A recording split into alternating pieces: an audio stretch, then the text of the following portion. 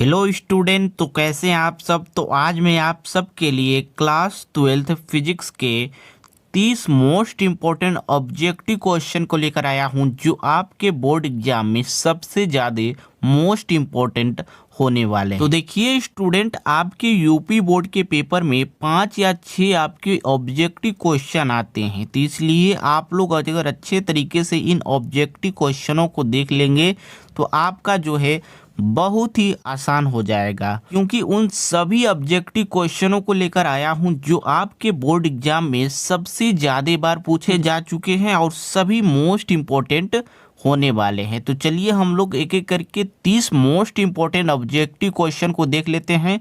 सभी objective question आपके previous year के बोर्ड एग्जाम में पूछे जा चुके हैं। तो चलिए हम लोग देखते हैं एक एक करके, तो आगे देखते रहिएगा। का पहला जो क्वेश्चन है, यहाँ पर ध्यान से देखिए कि विद्युत क्षेत्र की तीव्रता का मात्रक है। आपको इसमें बताना होगा कि विद्युत क्षेत्र की तीव्रता का मात्रक कौन है। देख लीजिए, ये भी क्वेश्चन आपके बोर्ड एग्जाम में 2017, 18 और 19, 20 और 22, 23 में पूछे जा चुके हैं। तो इसमें आपको बताना होगा। अगर आपको आ रहा है क्वेश्चन तो आप लोग अच्छे तरीके से इसका आप लोग कमेंट बॉक्स में जरूर बता दीजिएगा। तो आप लोग बताइए कि विद्युत क्षेत्र की तीव्रता का मात्रक कौन है। तो देखिए, मैं आपको बता दूं कि इसका जो है राइट आंसर हो जाएगा ऑप्शन नंबर 6, न्यूटन प्रति कूलाम विद्युत क्षेत्र की तीव्रता का मात्रक होता है।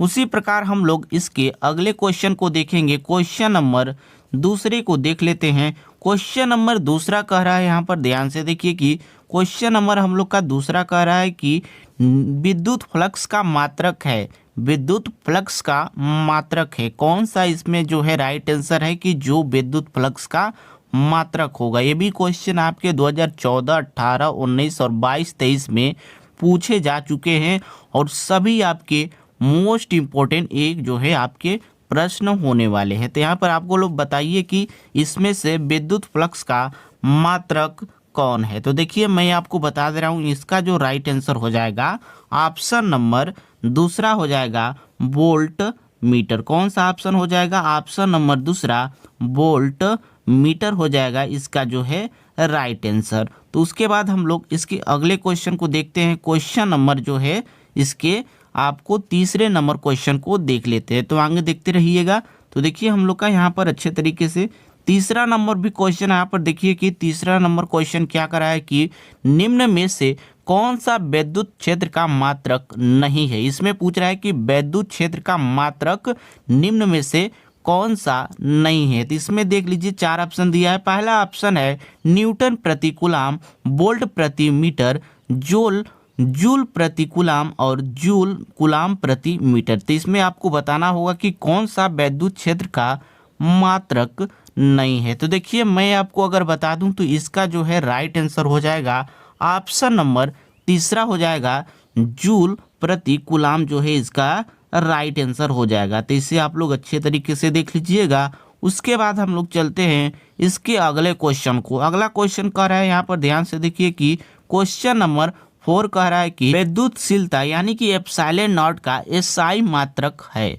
विद्युतशीलता का एसआई मात्रक है। देखिए स्टूडेंट, ये भी क्वेश्चन आपके बोर्ड एग्जाम में 2014, 15 और 20 में और 22 में भी ये क्वेश्चन पूछे जा चुके हैं। तो देखिए, इसमें आपको बताना होगा कि विद्युतशीलता का जो है एसआई मात्रक कौन है। तो देखिए, यहाँ पर इसका भी बहुत ही सरल क्वेश्चन है और बहुत ही इसका सरल आंसर भी है। तो यहाँ पर देख लीजिए कि चौथा का जो है पहला ऑप्शन जो है आपका सही हो जाएगा कूलाम स्क्वायर प्रति न्यूटन मीटर स्क्वायर। क्या होगा?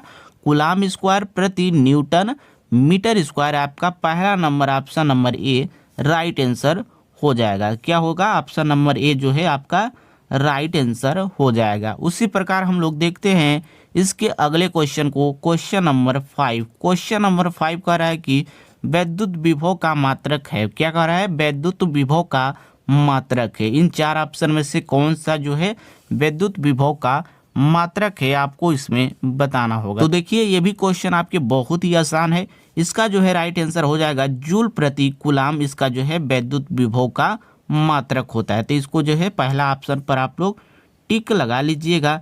आपका जो है जूल प्रति कूलाम विद्युत विभव का मात्रक हो जाता है। उसके बाद हम लोग देखेंगे क्वेश्चन नंबर 6 को। क्वेश्चन नंबर 6 कह रहा है, यहाँ पर ध्यान से पढ़िए कि निम्नलिखित में से धारिता का मात्रक कौन सा है। निम्नलिखित में से धारिता का मात्रक कौन सा है। ये भी क्वेश्चन आपके 2016, 17, 18, 19 और 22 में पूछे जा चुके हैं। तो देखिए यहाँ पर कौन सा ऑप्शन सही होगा, आप लोग को इसमें बताना होगा। अगर आपको आ रहा है तो आप लोग कमेंट बॉक्स में जरूर बताइएगा। तो देखिए यहाँ पर 4 ऑप्शन दिया है। पहला ऑप्शन है कूलाम, दूसरा ऑप्शन है एम्पियर, तीसरा है वोल्ट और चौथा है कूलाम प्रति वोल्ट। तो इसमें से आपको बताना होगा। अगर आपको आ रहा है तो आप लोग कमेंट बॉक्स में जरूर बता दीजिएगा। तो देखिए यहाँ पर जो है इसका जो है राइट आंसर हो जाएगा ऑप्शन नंबर जो है चौथा हो जाएगा। राइट आंसर क्या हो जाएगा, कूलाम प्रति वोल्ट हो जाएगा, जो है वैद्युत धारिता का मात्रक। तो ऑप्शन नंबर जो है कौन सा सही हो जाएगा, 4th सही हो जाएगा, कूलाम प्रति वोल्ट। तो उसके बाद हम लोग देखेंगे क्वेश्चन नंबर 7। क्वेश्चन नंबर 7 बहुत ही ज़्यादा मोस्ट इम्पोर्टेंट है। तो यहाँ पर देखिए कि क्वेश्चन नंबर 7 क्या कह रहा है, यहाँ पर अच्छे तरीके से देखिए। क्वेश्चन नंबर 7 कह रहा है कि 100 माइक्रोफैरेड धारिता वाले संधारित्र को 10 वोल्ट तक आवेशित करने में उसमें संचित ऊर्जा होगी। क्या कह रहा है कि 100 माइक्रोफैरेड धारिता वाले संधारित्र को 10 वोल्ट तक आवेशित करने में उसमें संचित ऊर्जा होगी। तो इसमें आपको बताना होगा। ये भी क्वेश्चन आपके बहुत ही सरल है। इसका जो है सूत्र पर एक क्वेश्चन लगेगा, उसका जो सूत्र होगा मैं आपको बता दे रहा हूँ कि इसका जो है सूत्र हो जाएगा यहाँ पर U = इसका सूत्र होता है, क्या होता है, U = इसका सूत्र होता है 1/2 और क्या होता है CV², क्या होता है CV²। इसका जो है ये सूत्र होता है। तो इसी सूत्र पर आपको मान रखना होगा और इसका गुणा भाग कर देंगे, आपका जो है आंसर आ जाएगा। तो इसका जो राइट आंसर हो जाएगा मैं आपको बता दे रहा हूँ, इसका ऑप्शन नंबर पहला जो है राइट आंसर हो जाएगा 5.0 × 10⁻³ यहाँ पर -3 जूल। इसका जो है राइट आंसर हो जाएगा। ये भी देख लीजिए क्वेश्चन आपके 2016, 18, 19 और 22, 23 में पूछे जा चुके हैं। तो इसलिए आपको इस क्वेश्चनों को अच्छे तरीके से तैयार करना है। तो उसके बाद हम लोग देखेंगे अगले क्वेश्चन को, क्वेश्चन नंबर 8 को देख लेते हैं। तो आगे देखते रहिए। क्वेश्चन नंबर 8 हम लोग का क्या कर रहा है, यहाँ पर ध्यान से देखिए कि क्वेश्चन नंबर 8 कह रहा है, यहाँ पर अच्छे तरीके से देख लीजिए कि किसी तार का विद्युत प्रतिरोध 500 ओम है। किसी तार का विद्युत प्रतिरोध 500 ओम है, इसकी विद्युत चालकता होगी। ये भी क्वेश्चन आपके न्यूमेरिकल से रिलेटेड है। क्वेश्चन क्या कर रहा है कि किसी तार का विद्युत प्रतिरोध 500 ओम है, इसकी विद्युत चालकता होगी। देख लीजिए इसका भी 2019, 20, 22, 23 में लगातार ये क्वेश्चन पूछे जा चुके हैं। तो देखिए इसमें से कौन सा राइट आंसर होगा। ये भी जो है क्वेश्चन आपके सूत्र पर लगते हैं। तो इसका जो सूत्र हो जाएगा मैं आपको बता दे रहा हूँ कि इसका जो सूत्र हो जाता है, यहाँ पर देख लीजिए कि C= इसका सूत्र होता है 1/, क्या होता है, R होता है। तो इसी सूत्र पर आपको लगाना होगा, आपका जो है राइट आंसर हो जाएगा। और इसका जो राइट आंसर हो जाएगा मैं आपको बता दे रहा हूँ, ऑप्शन नंबर जो है चौथा सही हो जाएगा। ऑप्शन नंबर कौन सा सही होगा, आपका चौथा सही हो जाएगा। 0.002 ओम इनवर्स हो जाता है। तो इसको आप लोग अच्छे तरीके से देख लीजिएगा। उसके बाद हम लोग देखते हैं इसके 9वें नंबर क्वेश्चन को। 9वां नंबर भी क्वेश्चन आपके न्यूमेरिकल से ही रिलेटेड है। ये 2023 के बोर्ड एग्जाम में ये क्वेश्चन पूछा गया था। तो यहाँ पर देखिए कि क्वेश्चन क्या कर रहा है कि किसी चालक में 3.2 एम्पियर की धारा प्रवाहित है, प्रति सेकेंड प्रवाहित इलेक्ट्रॉनों की संख्या होगी। क्या कर रहा है कि किसी चालक में 3.2 एम्पियर की धारा प्रवाहित हो रही है, प्रति सेकेंड प्रवाहित इलेक्ट्रॉन की संख्या होगी। ये भी देख लीजिए 2023 के बोर्ड एग्जाम में ये क्वेश्चन पूछे जा चुके हैं। तो देखिए इसका भी सूत्र मैं आपको बता दे रहा हूँ कि इसका जो सूत्र होता है N= क्या होता है, N= I/, क्या होता है, E होता है, I/E होता है। तो इसी सूत्र पे आपको लगाना होगा। I का मान क्या रखेंगे, 3.2 और E का मान क्या रखते हैं, 1.6 × 10⁻⁻19 होता है, उस सूत्र होता है, उसको आप लोग रखेंगे। तो ये आपका जो है राइट आंसर आ जाएगा।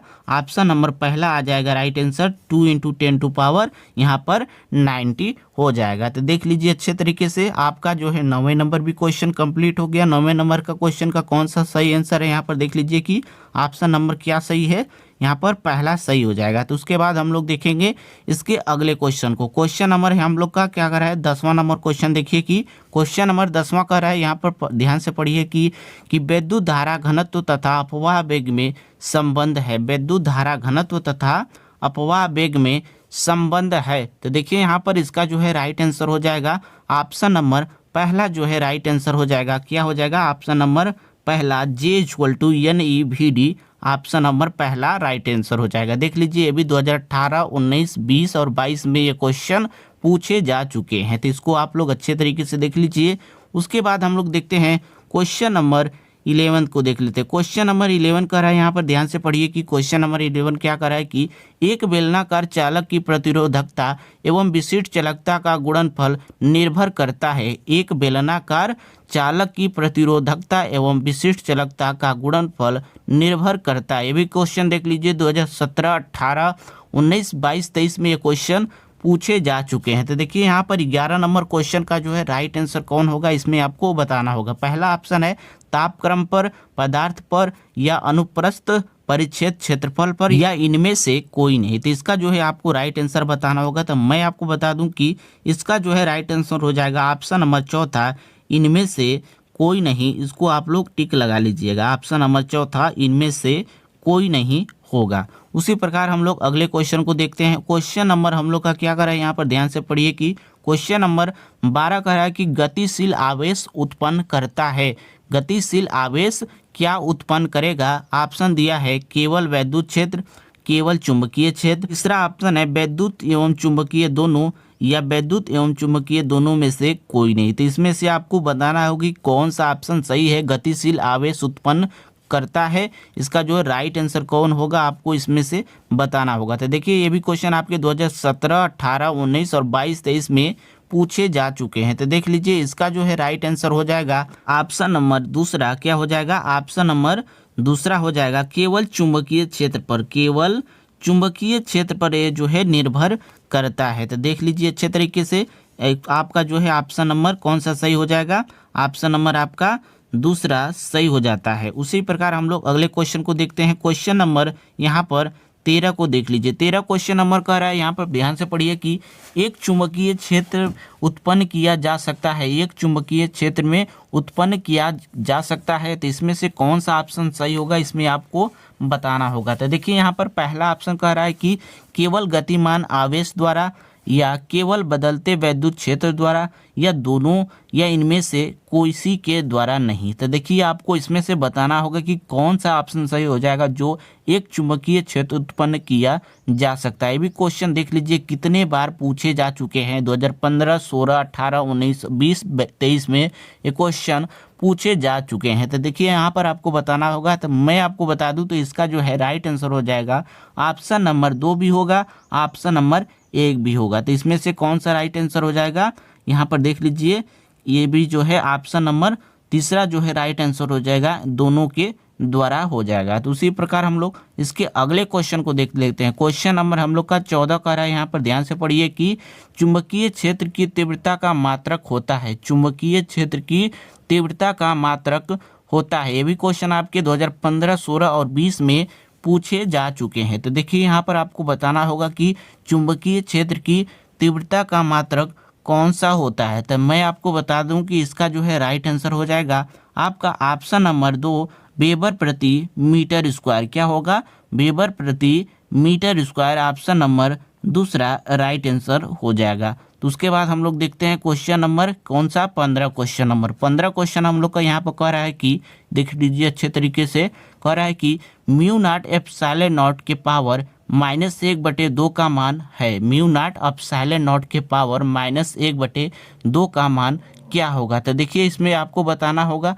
कौन सा ऑप्शन सही है। आप लोग इसमें अगर आपको आ रहा है तो आप लोग कमेंट बॉक्स में जरूर बता दीजिए। देख लीजिए 2014, 16, 18, 19 में ये क्वेश्चन पूछे जा चुके हैं। तो इसमें से कौन सा मान होगा आपको इसमें कमेंट बॉक्स में जरूर बता दीजिएगा। तो देखिए यहाँ पर 15 नंबर क्वेश्चन का जो है राइट आंसर हो जाएगा ऑप्शन नंबर कौन सा सही होगा, दूसरा सही हो जाएगा। 3 × 10⁻10 सेमी प्रति सेकेंड हो जाएगा। ऑप्शन नंबर कौन सा, दूसरा सही हो जाता है। उसी प्रकार हम लोग देखेंगे इसके 16 नंबर क्वेश्चन को। तो 16 नंबर भी क्वेश्चन आगे देखते रहिए। 16 नंबर क्वेश्चन क्या कर रहे हैं, यहाँ पर ध्यान से पढ़िए कि किसी एक समान चुंबकीय क्षेत्र में इलेक्ट्रॉन क्षेत्र के लंबवत दिशा में प्रवेश करता है। इलेक्ट्रॉन क्षेत्र के लंबवत दिशा में प्रवेश करता है तो इलेक्ट्रॉन का पथ होगा, इलेक्ट्रॉन का पथ होगा। तो देख लीजिए इसका जो है राइट आंसर कौन होगा। आप लोग को अगर आ रहा है तो आप लोग कमेंट बॉक्स में जरूर बता दीजिएगा। देख लीजिए ये भी क्वेश्चन आपके 2015, 17, 20 और 22 में ये क्वेश्चन आपके पूछे जा चुके हैं। तो आप लोग आ रहा है तो आप लोग कमेंट बॉक्स में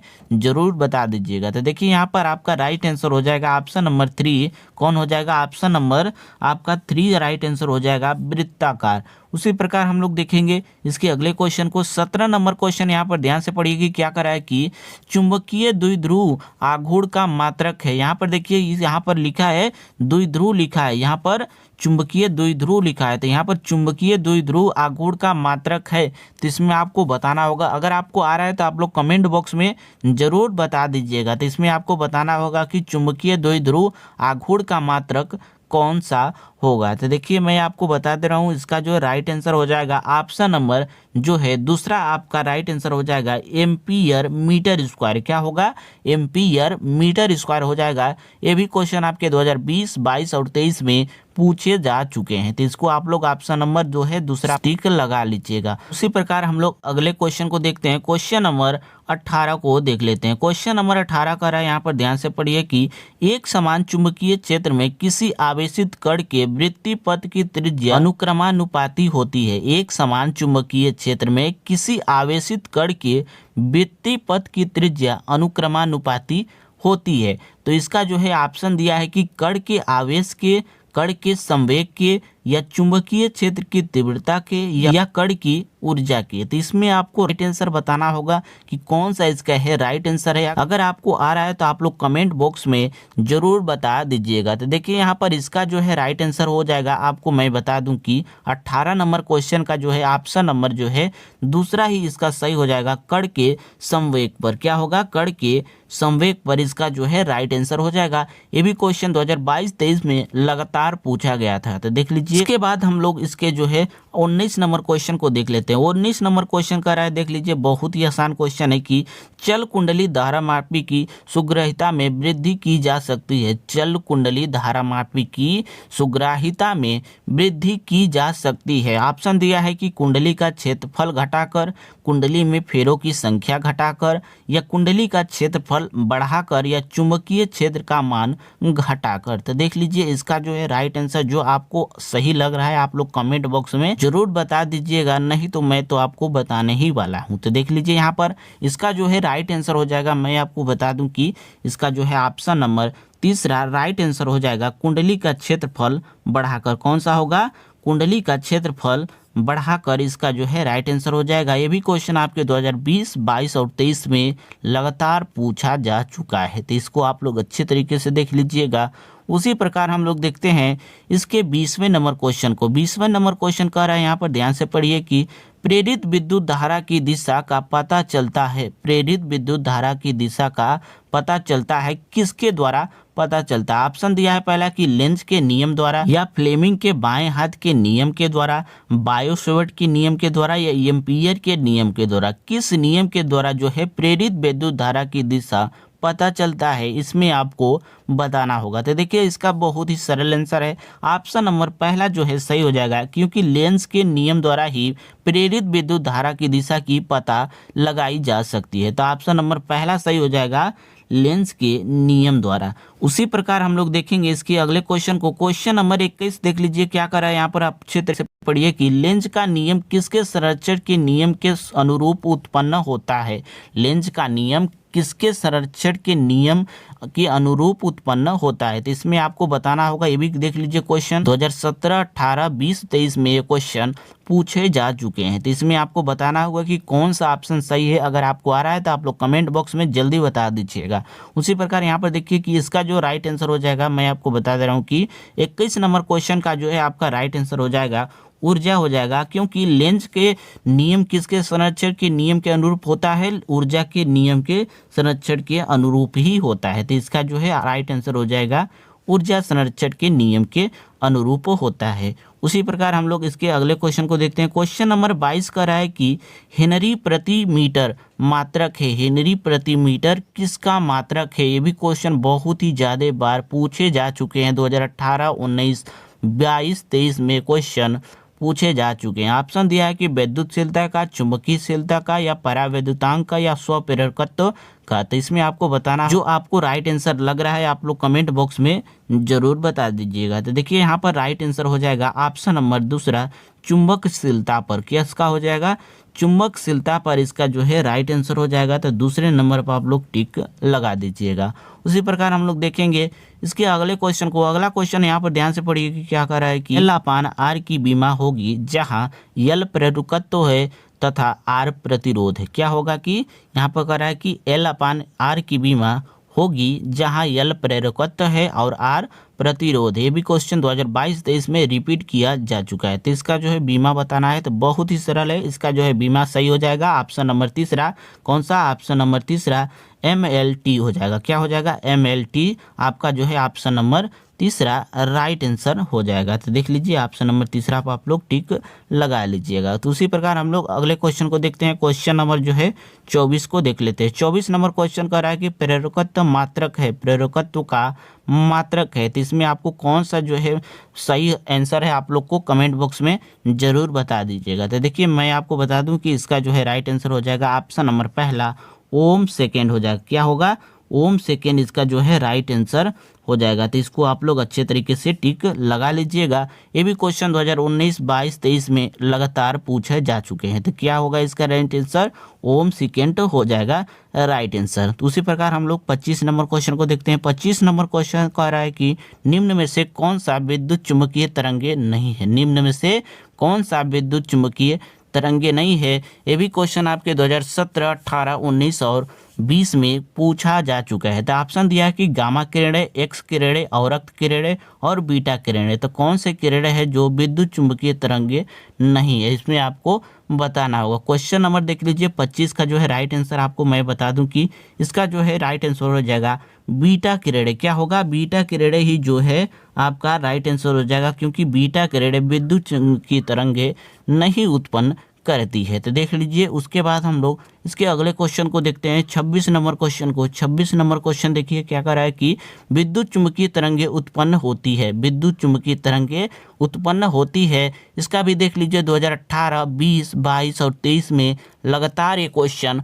पूछे जा चुके हैं। तो इसमें आपको बताना होगा कि विद्युत चुम्बकीय तरंगे उत्पन्न होती है किसके द्वारा? आपको बताना होगा कि विद्युत चुम्बकीय तरंगे उत्पन्न होती है। देखिए यहाँ पर ऑप्शन दिया है, कौन सा ऑप्शन सही होगा? अगर आपको आ रहा है तो कमेंट बॉक्स में जरूर बता दीजिएगा, नहीं तो मैं आपको बता दूं कि इसका जो है राइट आंसर हो जाएगा त्वरित आवेश द्वारा। ऑप्शन नंबर तीसरा आपका राइट आंसर हो जाएगा त्वरित आवेश द्वारा जो है आपका राइट आंसर हो जाएगा। तो देख लीजिए उसके बाद हम लोग अगले क्वेश्चन को देखते हैं। क्वेश्चन नंबर 27 को देख लीजिए। क्वेश्चन नंबर 27 भी बहुत ही ज़्यादा सरल क्वेश्चन है, बहुत ही ज़्यादा मोस्ट इंपॉर्टेंट है, क्योंकि आपके 2023 और 14 में ये क्वेश्चन भी पूछे जा चुके हैं। देखिए कह रहा है क्वेश्चन की सबसे अधिक आवृत्ति की तरंग है, सबसे अधिक आवृत्ति की कौन सी तरंग है? परावैंगनी तरंगे है, गामा तरंगे है, या दृश्य प्रकाश तरंगे हैं, या रेडियो तरंगे? इसमें आपको बताना होगा कि कौन से तरंगे जो है सबसे अधिक आवृत्ति की तरंग है। तो देखिए मैं आपको बता दूं कि इसका जो है राइट आंसर बहुत ही सरल है। गामा किरणें जो है बहुत ही अधिक आवृत्ति की